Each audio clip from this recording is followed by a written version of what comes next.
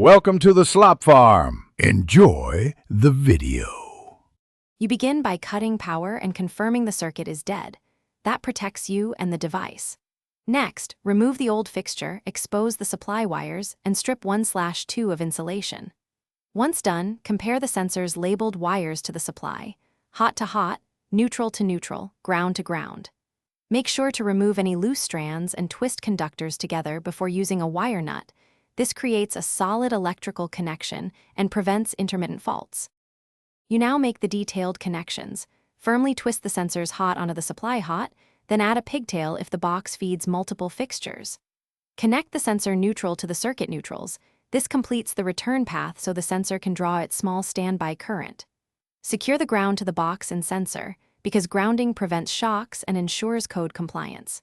Once tightened, tuck wires neatly and use electrical tape over nuts for vibration resistance. Then mount the sensor housing to the box. You finish by restoring power and testing the sensor. Walk through its detection zone from 610 ft away, then test again from different angles.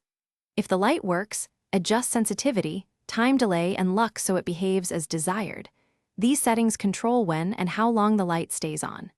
If it fails, turn power off and recheck hot versus neutral swaps, tighten or remake wire nut connections, and confirm the bulb type and wattage meet the sensor's requirements.